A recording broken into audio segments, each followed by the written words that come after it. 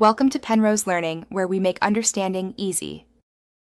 You start by powering down and unplugging the system. You must eliminate any power and static risk.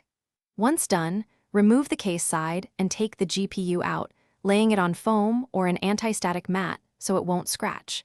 Make sure to note and photograph screw locations and any thermal pad placements before touching anything. Then remove the PCIe bracket screws and identify the set of backplate screws and standoffs. This first access simplifies the rest of the procedure. You proceed by unscrewing the backplate screws in a diagonal sequence. This reduces stress on the PCB and avoids warping. Once most screws are loose, lift the plate slowly from one side while checking for attached thermal pads or adhesive. If pads stick, use a plastic pry tool and apply heat with a hairdryer briefly to soften adhesive. Do not force it. Keep each screw grouped by size and position because correct placement matters for even pressure and cooling after reassembly.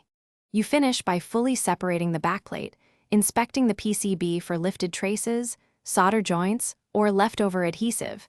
This is why careful lifting matters. Then clean contact surfaces with 90% plus isopropyl alcohol and lint-free cloth, and replace any compressed or torn thermal pads with matching thickness. If the GPU won't post after reassembly, reseat power connectors and check screw positions. An over-tightened screw can short or warp the board. If problems persist, stop and consult professional repair.